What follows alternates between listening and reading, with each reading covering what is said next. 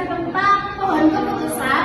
Perkenalan dulu, saya Fiana Eka Ramadhani dengan NPM 2401010044. Saya Yasir Indra Badra, NPM 0069. Saya Adelia Hirgisa Fazri, NPM 00110. Saya Rajiwati Hendri, NPM 004. Saya Rizky Nabawin, NPM 00368. Pabrik tekstil ini dalam 3 bulan terakhir ini sudah mencetak untung 1 miliar nih. Mau dibuat PT atau TBK sekalian ya?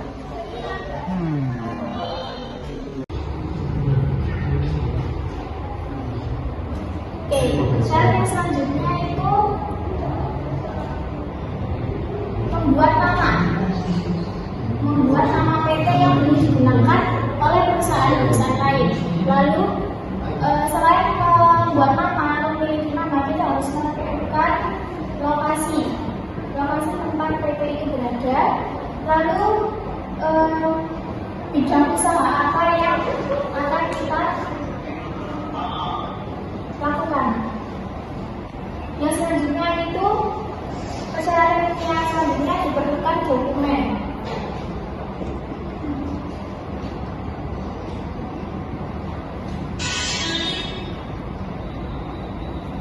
Diperlukan dokumen ini untuk mendaftarkan PT. Contoh dokumennya itu atau macam-macam dokumennya itu ada KTP, ada NPWP, ada nomor telepon,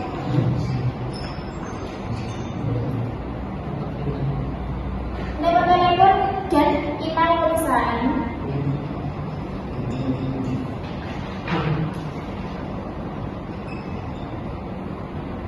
Lalu ada tanda tangan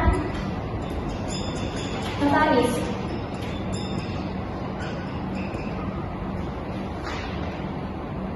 Oke, ini syarat-syaratnya untuk dokumen yang selanjutnya. Setelah dokumen itu disiapkan, notaris akan menyusun akta autentik berdasarkan kesepakatan yang telah dibuat oleh pengirim.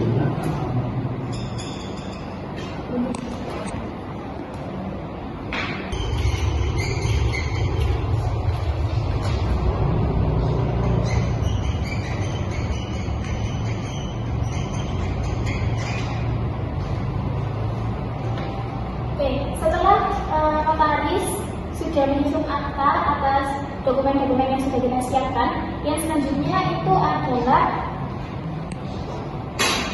para pendiri PT akan mendapatkan atau harus mendapatkan pengesahan dari Menteri Hukum dan Hak Asasi Manusia melalui sistem SABH atau sistem administrasi badan hukum yang biasanya itu membayar sekitar 1.500.000.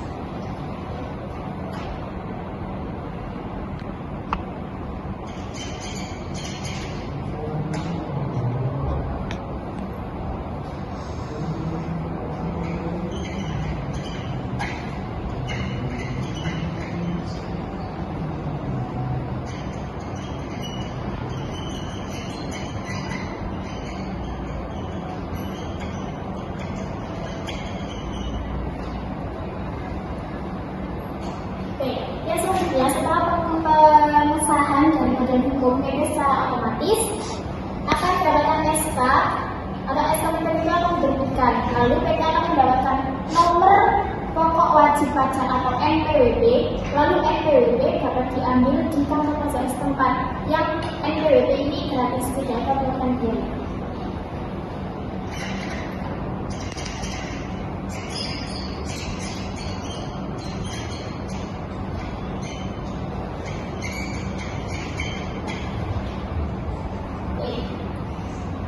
Setelah NPWP, para pendiri PT harus mendaftarkan perusahaan di platform OSS atau Online Single Submission.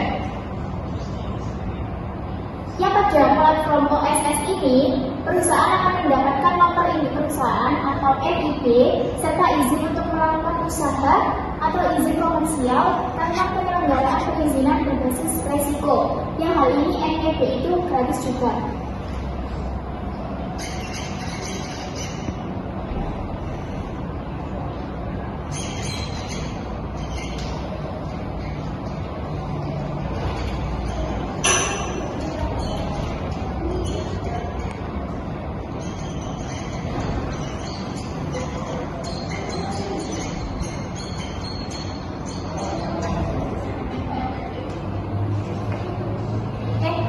Yang selanjutnya, setelah pengesahan PT, pendiri perusahaan harus diumumkan di Berita Negara serta Republik Indonesia BNRI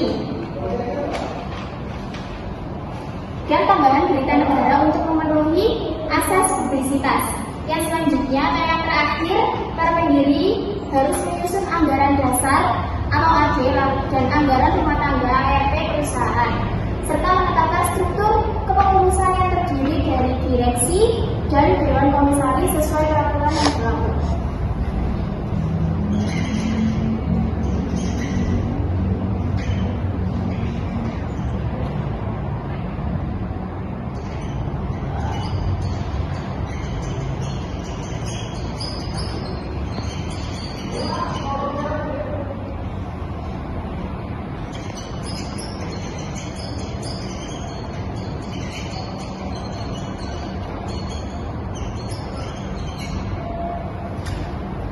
Oke, ini syarat-syarat yang harus dilakukan oleh para pendiri PT yang akan mendirikan PT. Yang selanjutnya akan membahas tentang kelebihan PT dan kekurangan mereka. Sebenarnya kan ada syarat, yang selanjutnya ada keuntungan. Jadi keuntungan yang pertama itu status badan hukum. Jadi status badan hukum resmi itu ketika usaha berubah menjadi PT, usaha tersebut diakui secara badan hukum yang berdiri sendiri atau terpisah dari pemiliknya, yang artinya PT bisa membuat perjanjian, memiliki aset dan melakukan kegiatan usaha atau nama perusahaan itu, bukan atas nama pribadi. Jadi usaha terlihat lebih percaya di mata pelanggan atau lembaga keuangan. Yang kedua, tanggung jawab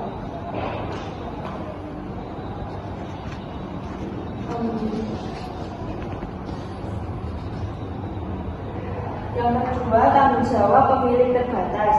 Jadi salah satu keuntungan terbesar PT yaitu tanggung jawab pemilik dibatasi sebagai modal yang disetorkan. Jika perusahaan mengalami kerugian atau utang, maka harta pribadi pemilik tidak disita selama tidak ada pelanggaran hukum.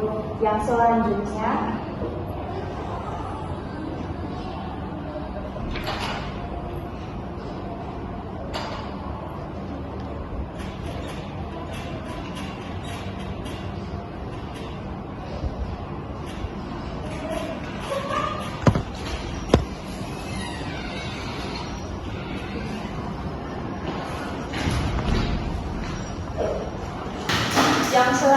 keberlangsungan usaha lebih terjamin. Jadi PT memiliki keberlangsungan usaha yang berkesinambungan, yaitu meskipun pemilik atau pemegang usaha berubah, PT tetap dapat beroperasi. Yang selanjutnya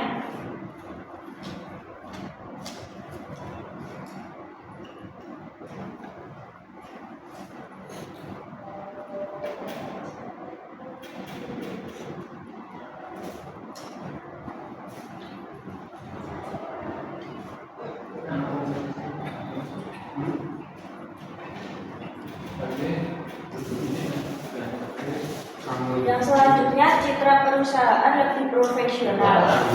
Jadi perusahaan berbentuk PT umumnya dipandang lebih profesional dan serius dalam menjalankan bisnisnya. Yang selanjutnya,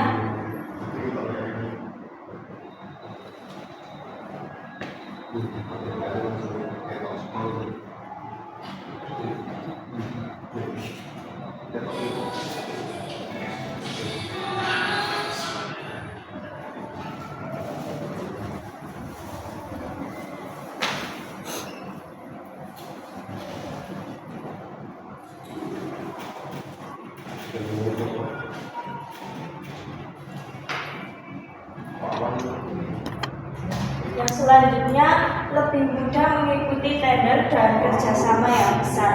Jadi banyak proyek besar baik dari pemerintah maupun perusahaan besar pensyaratan. Jadi selanjutnya lebih mudah mengikuti tender dan kerjasama besar. Jadi banyak proyek besar baik dari pemerintah maupun perusahaan besar mensyaratkan peserta berbentuk seperti PT. Yang selanjutnya akan dijelaskan tentang kerugian. Di sini saya akan menjelaskan kerugian dalam PT atau perseroan terbatas. Yang pertama ada biaya pendirian yang mahal. Kenapa bisa mahal? Karena mendirikan PT membutuhkan biaya notaris dan perizinan usaha, yang itu jelas tidak semurah usaha perseorangan atau CV. Selanjutnya proses administrasi yang rumit. PT itu wajib membuka pembukuan yang rapi, laporan keuangan yang berkala, serta administrasi hukum yang tertib. Nah, itu membutuhkan waktu dan tenaga yang sangat besar dan profesional. Yang ketiga, wajib membuat laporan keuangan secara rutin. Nah, selanjutnya adalah pengambilan keputusan yang tidak fleksibel, karena keputusan harus melalui direksi, pemilik atau komisaris, sehingga pemilik tidak bisa bertindak sepenuhnya secara tepat pada urusan perorangan. Selanjutnya akan dijelaskan tentang perseroan terbuka atau PTK. Oke, yang selanjutnya ada TPK atau perseroan terbuka. Nah, mungkin persyaratan dari TPK sendiri ada beberapa yang mungkin dari persyaratan dari PT. Yang pertama itu PT biasa. Nah, sebelum menjadi TPK, perusahaan harus berbentuk PT terlebih dahulu. Nah, dengan syarat itu sudah dijelaskan juga seperti akta yang dibuat di notaris, disahkan oleh Kemenkumham dan yang lain-lain. Ya, bisa kita tulis menjadi PT.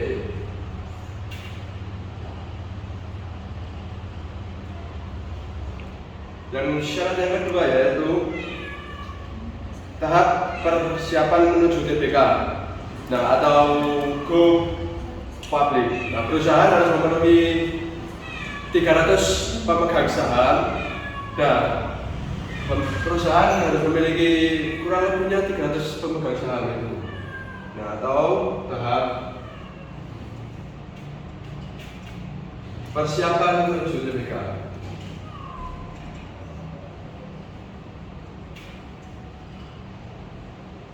Nah, yang selanjutnya ada tahap IPO atau go public. Nah, pada tahap ini mengajukan pernyataan pendaftaran ke OJK, seperti menyusun prospektus atau dokumen resmi yang berisi kondisi perusahaan yang telah dijelaskan di PT tadi, menunjuk pihak pendukung seperti auditor independen, underwriter atau pinjaman emisi, dan konsultan hukum. Atau tahap IPO.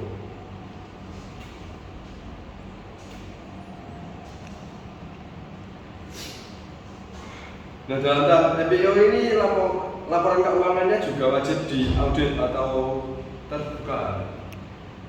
Setelah disetujui dalam saham yang ditawarkan ke publik, saham dicatatkan ke BEI, dan nama perusahaan resmi menjadi PT TBK. Nah, selanjutnya ada tahap setelah resmi menjadi TBK, itu atau kewajiban setelah menjadi TBK. Itu ada menyampaikan laporan keuangan per triwulan atau tahunan, melaporkan aksi korporasi ke OJK dan BEI, menjalankan prinsip Good Corporate atau GCG.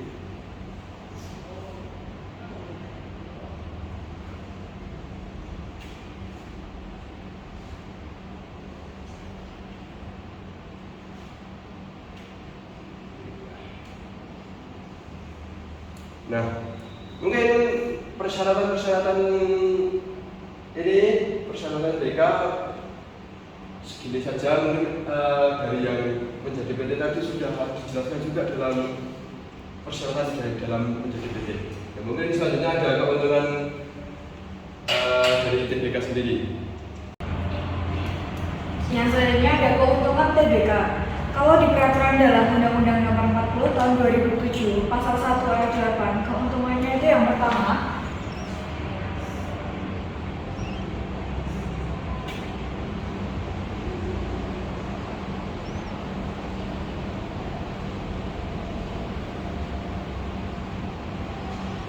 akses modal lebih besar.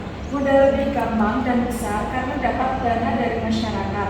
Modal yang diperoleh dapat dimanfaatkan untuk berbagai keperluan strategis kayak melakukan ekspansi usaha, membuka cabang baru, dan inovasi agar perusahaan mampu bersaing di pasar yang lebih luas. Yang kedua,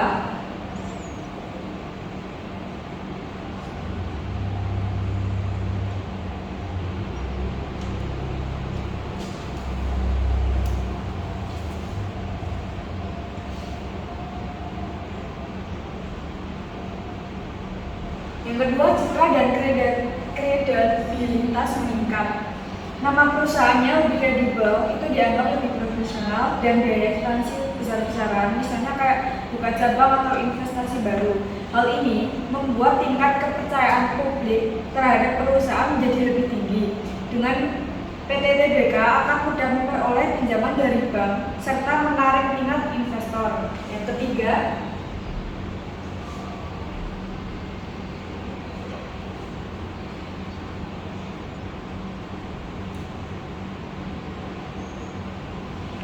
ketiga, likuiditas saham.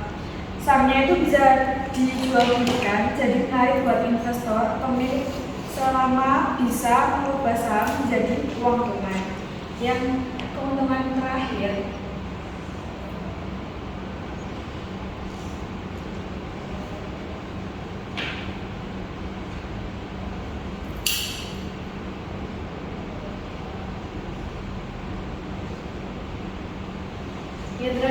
nilai perusahaan bisa naik.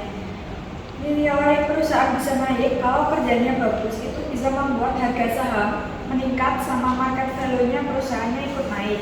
Dengan ini, kekayaan para pemegang saham juga ikut bertambah baik pemilik lama pun investor baru seiring dengan pertumbuhan dan keberhasilan perusahaan di pasar. Sekian dari keuntungannya, saya dilanjutkan dengan kerugian TBK. Sekarang saya akan menjelaskan kekurangan dari perseroan terbuka. Yang pertama ada biaya yang sangat besar. Biaya yang sangat besar ini harus dikeluarkan, antara lain adalah biaya IPO, biaya audit laporan keuangan, biaya konsultan hitung, dan biaya keterbukaan informasi.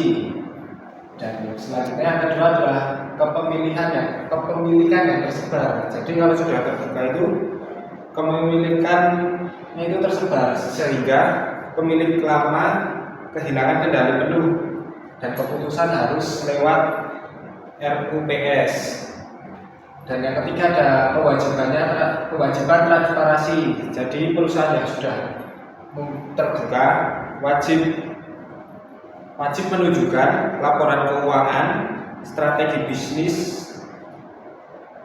dan kinerja perusahaan itu tersendiri.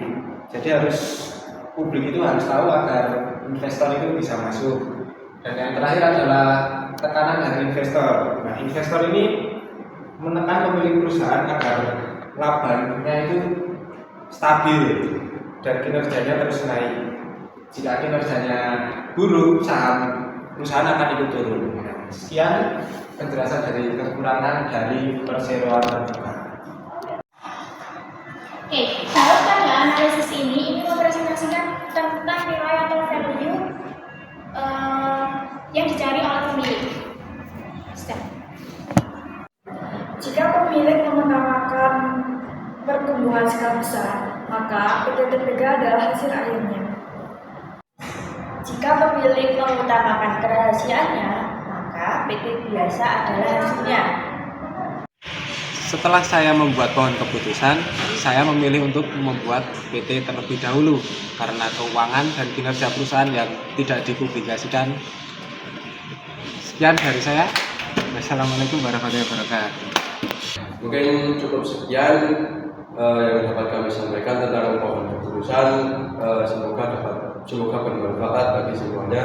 Terima kasih dari kelompok kami. Wassalamualaikum warahmatullahi wabarakatuh.